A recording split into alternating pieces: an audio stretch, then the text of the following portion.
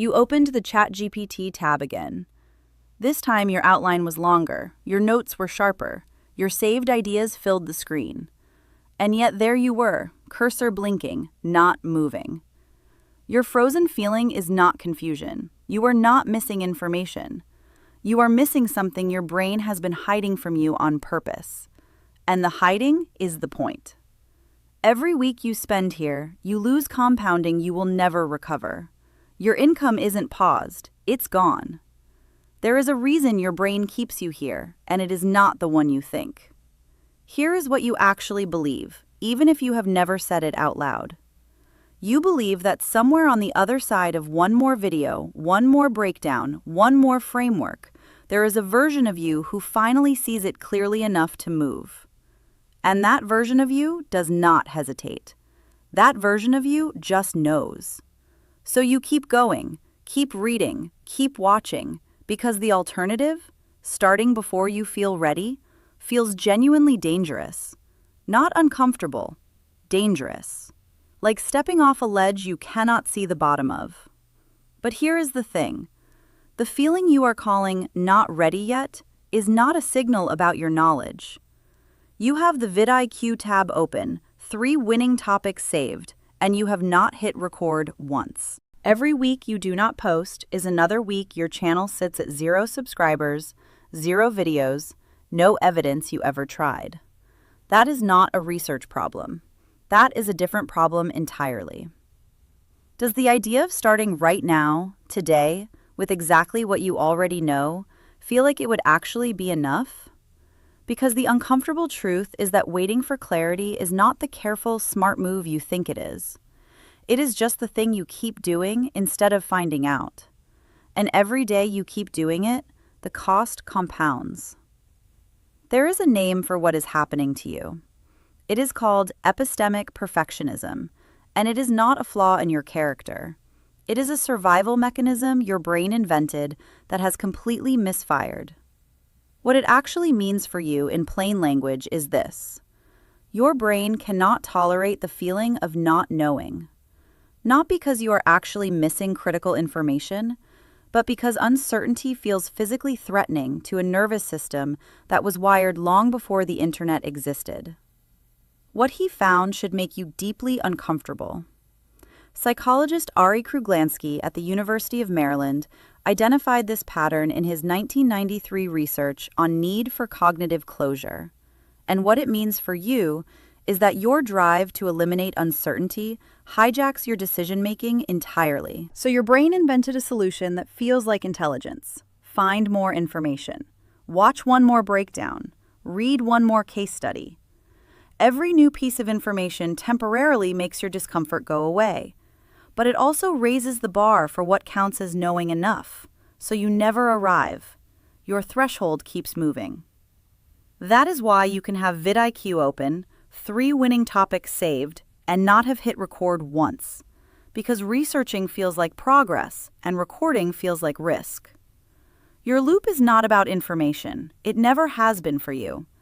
And your confusion between the discomfort of uncertainty and the danger of being wrong does not stop on its own. There are 3 specific tools that address exactly that, and they come from peer-reviewed behavioral science, not productivity culture.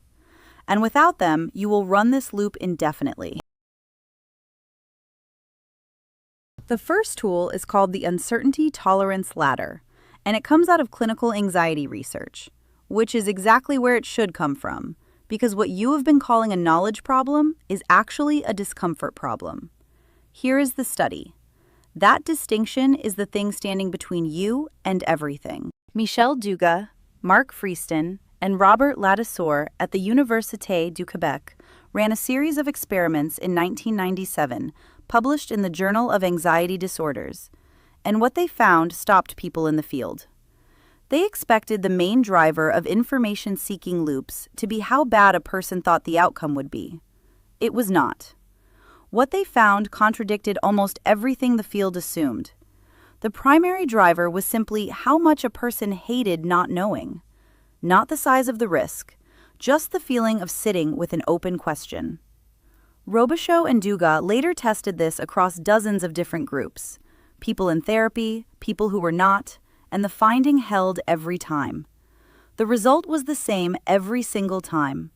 The way you break the loop is not by getting more information. It is by reducing how much you need certainty before you move. So here's what you do today, and it is smaller than you think. Write down the one action you have been stalling on this week. Most people read this part and still do not do it. One sentence below it. Write exactly what uncertainty you would have to sit with if you did it right now. Then, set a timer for 10 minutes and do the first physical step only. Open the message, record the 60 seconds, send the email, before the timer ends. This is where most people quietly negotiate themselves back to zero. Not finish it, start it. That is the whole thing. The problem is that knowing this once is not enough, because the loop does not re-engage when you decide to act. It re-engages at the exact moment you have to decide when. That gap is where the entire loop rebuilds itself overnight. That is the layer solution one cannot reach. Knowing you need to start and actually showing up to start are two different problems, and the second one has its own research.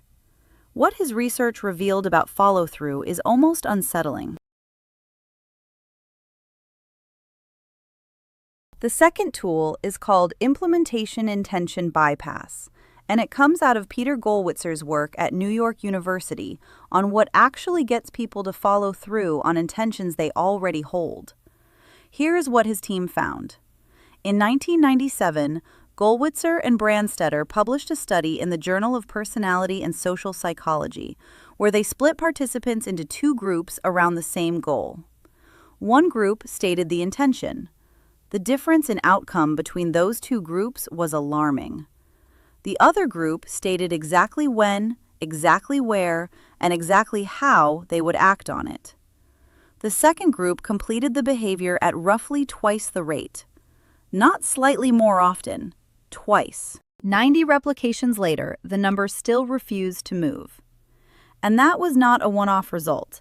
Gollwitzer and Sheeran pulled together over 90 independent replications of the same finding in a 2006 meta-analysis, and the number held. So here is what you do. Write one sentence in this exact format. If it is 7:30 tonight and I am at my kitchen table, then I will work on the one stalled action for exactly 20 minutes. The precision of that sentence is what makes it work. Now put that sentence, word for word, as the label on a phone alarm set for that time. Not a general reminder. The alarm label is the sentence. What this does is remove the in-the-moment decision entirely, which is the precise moment the uncertainty loop climbs back in and starts asking whether you really know enough yet. You now have two tools covering two different points of failure. But there is still a third layer, and it is the one that determines whether any of this holds the next time your own thinking talks you out of it. Without this third layer, the first two quietly fall apart.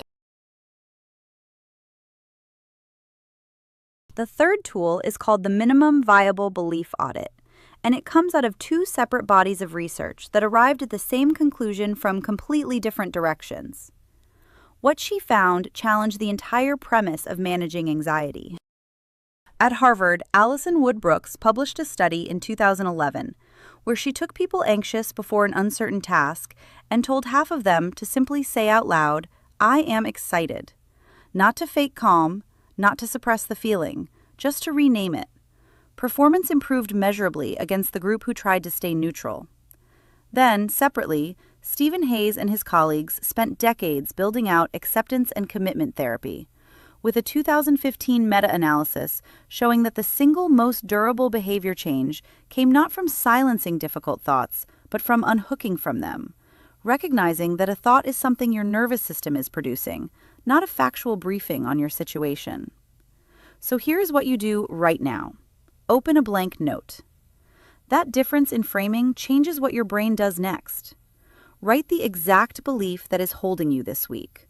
Something like, "I need to understand the algorithm better before I post." Then write next to it, "This is a thought my nervous system is producing to avoid discomfort, not a factual report on my readiness." Reading that sentence once is not the same as believing it. Then write one more line. What would you do today with 70% of the clarity you think you need? Then do that thing. When you do all three of these things, you are not someone who has stopped feeling uncertain. You are someone who stopped requiring certainty as the price of entry. That is the threshold, and on the other side of it, you become the kind of person who was already moving. You are already past the point of needing permission to move, not because the uncertainty has gone, but because you now know the uncertainty was never the problem. When you catch yourself waiting for more clarity before acting, name the one move you have been stalling on and take the first step on it this week. Because here is what is true about you after watching this. You are not someone who needed more information. You were never someone who needed more information. You are someone who finally stopped mistaking caution for intelligence. Caution dressed as preparation is just fear with better posture. That is a different kind of person entirely.